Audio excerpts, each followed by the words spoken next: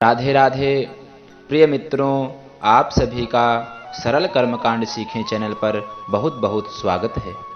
आज हम आपको संपूर्ण पूजन विधि बताएंगे।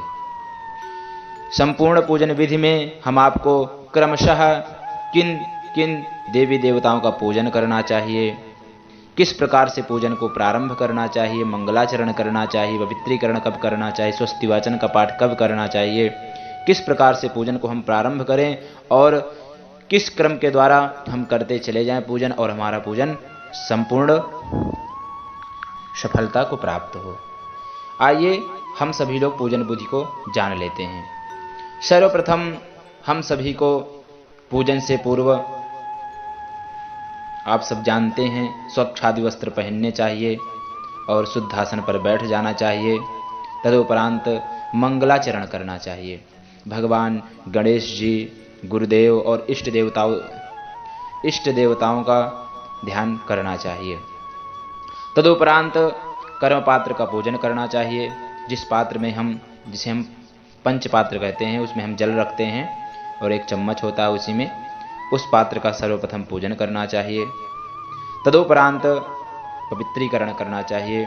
सबसे पहले अपने ऊपर जल का छिड़काव करना चाहिए, फिर आसन शुद्धि करनी चाहिए, फिर आचमन करना चाहिए, प्राणायाम करना चाहिए, तिलक धारण करना चाहिए, शिखा बांधनी चाहिए, पवित्री धारण करना चाहिए जो कुशा की होती है, नामिका उंगली में धारण की जाती है, और रक्षा सूत्र बांधना चाहिए।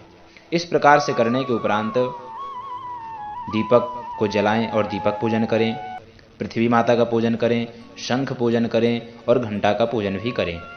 तदुपरांत स्वस्ति वाचन का पाठ करना चाहिए। स्वस्ति वाचन का पाठ करने के उपरांत मांगलिक श्लोकों का पाठ करना चाहिए। मांगलिक श्लोकों के पाठ के बाद हमें संकल्प करना चाहिए। जिस भी पूजन को हम कर रहे हैं, जिनका भी पूजन कर रहे हैं, उनके निमित्त हमें संकल्प लेना चाहिए। संकल्प लेने के उपरांत पूजन प्रारंभ हो जाता है। हम आपको इस प्रकार से बता देते हैं। आज हम आपको गणेश अंबिका का पूजन बताएंगे। नियमतः उसी प्रकार से सभी देवी देवताओं का पूजन किया जाता है। पूजन प्रारंभ करने के पहले जिस हम देवी देवता का पूजन करना चाहते हैं, कर रहे हैं, उनका ध्यान होता है, फिर आवाहन होता है, फिर उनको आसन के लिए पुष्प और चावल दिए जाते हैं, और तदुपरांत जिस देवी देवता का हम पूजन कर रहे हैं उनके पाद्य, अर्घ्य, आचमनी और स्नानीय 4 चम्मच जल चढ़ाना चाहिए। सर्वप्रथम जिस देवी देवता का हम पूजन कर रहे हैं उनका ध्यान करना चाहिए। ध्यान करने के उपरांत उनका आवाहन करना चाहिए। आवाहन करने के उपरांत उनका प्राण प्रतिष्ठा होती है। हम जिस देवी देवता का पूजन कर रहे हैं उनकी प्राण प्रतिष्ठा होती है। यदि प्रतिष्ठित मूर्ति है तो प्राण प्रतिष्ठा करने की कोई आवश्यकता नहीं है। आप ध्यान करें और पूजन प्रारंभ कर दें। यदि अप्रतिष्ठित मूर्ति हैं तब आपको आवाहन करना है, प्राण प्रतिष्ठा करनी है, इसके बाद फिर 4 चम्मच जल चढ़ाना है। 4 चम्मच जल चढ़ाने के उपरांत भगवान को दूध से स्नान कराएं, फिर दही से स्नान कराएं, फिर घी से स्नान कराएं, फिर शहद से स्नान कराएं, फिर चीनी अर्थात शर्करा से स्नान कराएं, फिर पंचामृत से स्नान कराएं, फिर चंदन मिश्रित जल से स्नान कराएं और तदुपरांत महाभिषेक करें। गणेश और अंबिका जी का पूजन हो रहा है, तब आप गणेश अथर्व शीर्ष के द्वारा भगवान गणेश जी का और अंबिका जी का श्री सूक्त के द्वारा महाभिषेक करें। यदि भगवान शंकर जी का आप पूजन कर रहे हैं तब आपको रुद्र सूक्त के द्वारा भगवान का महारुद्राभिषेक करना चाहिए।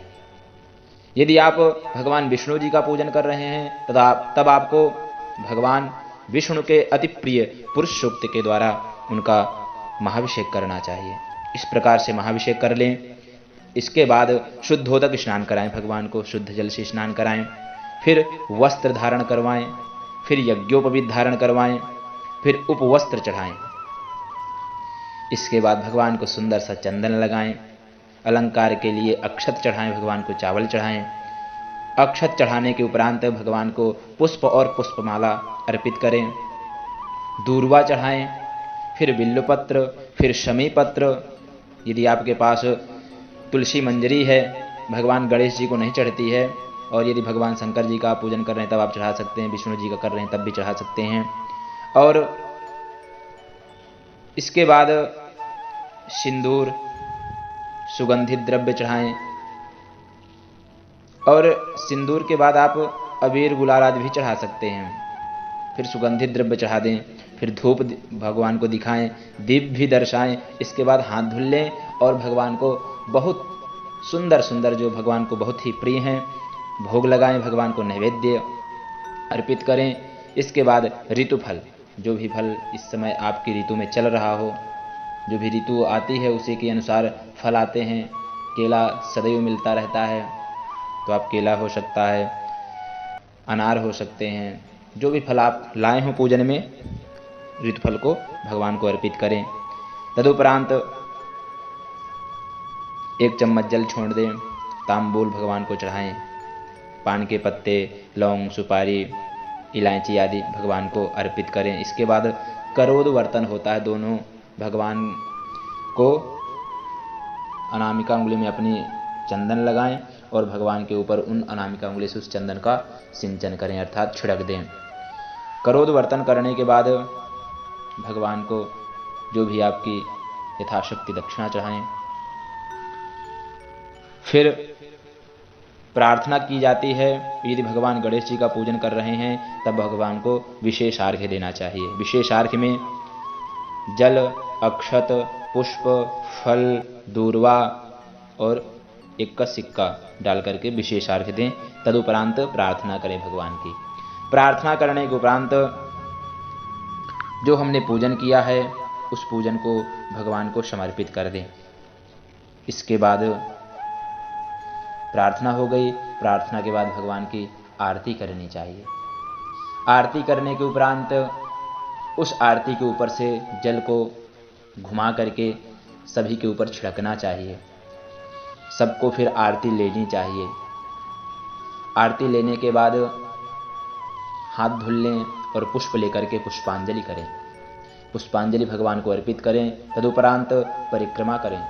यदि भगवान गणेश जी का पूजन कर रहे हैं तब आप 3 परिक्रमा करें, विष्णु जी की 4 परिक्रमा करें, भगवान शंकर जी की अर्ध प्रदक्षिणा करें, और भगवान सूर्य की कर रहे हैं तब आप 7 परिक्रमा करें। यदि माता दुर्गा जी की कर रहे हैं तब आप 1 परिक्रमा करें। परिक्रमा के उपरांत भगवान से क्षमा याचना करनी चाहिए, और क्षमा याचना करने से पूर्व भगवान को साष्टांग प्रणाम करना चाहिए। माताएं बहनें पंचांग प्रणाम करें और पुरुष बंधु साष्टांग प्रणाम करें। अर्थात माता बहनों को लेट करके प्रणाम नहीं करना चाहिए, घुटनों को टेक करके ही प्रणाम करना चाहिए, शास्त्र का नियम है। और पुरुष लोग साष्टांग प्रणाम करें। तदुपरांत भगवान से क्षमा याचना करें। हे भगवान, जो क्षमा गलती हुई हो उसे क्षमा कर दें। और फिर भगवान से सुंदर सी उनके लिए एक प्रार्थना है, तुमेव माता च पिता तुमेव, तुमेव बंधुश्च सखा तुमेव, तुमेव विद्या द्रविड़म तुमेव सर्वम मम देवदेव। इस श्लोक को बोलें। तदुपरांत जयकारा करें। जयकारा करने के बाद चरणामृत लें, प्रसाद लें और भगवान के दिव्य दिव्य भजनों का गान करें। इस प्रकार से पूजन करना चाहिए। और पूजन का यही नियम है। सर्वप्रथम भगवान गणेश जी और अम्बा जी का पूजन करना चाहिए। इसके बाद कलश पूजन होता है। कलश पूजन के बाद पुण्याह वाचन होता है। षोडश मातृका का पूजन होता है। सप्तहृदय मातृका का पूजन होता है। फिर नवग्रह भगवान का पूजन होता है। नवग्रह भगवान के पूजन के उपरांत अधिदेवता, प्रत्यधिदेवता, पंचलोकपाल, 10 दिक्पाल, वास्तुस्पति, क्षेत्राधिपति आदि सभी का पूजन होता है। चतुष्षष्ठी योगिनी माता का पूजन होता है। और हमने जो भी यदि कोई विशेष अनुष्ठान हो रहा है उसमें विशेष वेदियां बनती हैं, इसी क्रम से उनका पूजन किया जाता है। इसी प्रकार से पूजन करना चाहिए। आप सभी को यह जान लेना चाहिए किस प्रकार से पूजन हमें प्रारंभ करना है, किस प्रकार से करना चाहिए, किस मंत्र के बाद कौन सा मंत्र बोलना है, किस पूजन के बाद किसका पूजन करना है। यह नियमतः इसी प्रकार से होते हैं। आप इस प्रकार से सीख लीजिए। एक बार देखिए, 2 बार देखिए वीडियो को, आपको बहुत जल्दी समझ में आ जाएगा, क्योंकि हमने बहुत ही सरलता से बताया है। आप लिख भी सकते हैं, किसी पेज में एक में लिख लें, जैसे जैसे हमने बताया है उस प्रकार से। और यदि कोई चीज़ को आपको आगे पीछे करना है, आपको कोई चीज़ ज़्यादा मालूम है, आप जानते हैं, तो आप कर भी सकते हैं। ऐसा नहीं है कि जैसा हमने बता दिया आप लोग वैसा ही कर लें, आपकी इच्छा है। परंतु इस प्रकार से ही किया जाता है पूजन, इसका यही नियम है। आप लोग सीख लें। आपको वीडियो पसंद आया होगा, लाइक कीजिए, कमेंट कीजिए और चैनल को सब्सक्राइब जरूर कर लीजिए। आपको अब हम अगले वीडियो में भगवान शिव जी के पूजन के संपूर्ण मंत्रों द्वारा वीडियो बनाएंगे। उस वीडियो में आपको हम भगवान शिव जी के रुद्राभिषेक के बारे में बताएंगे। शिवरात्रि आ रही है, इसलिए आप सभी को वह पूजन सीख लेना चाहिए, किस प्रकार से करें, किन मंत्रों से करें, वह हम आपको बताएंगे। तब तक के लिए धन्यवाद। हर हर महादेव।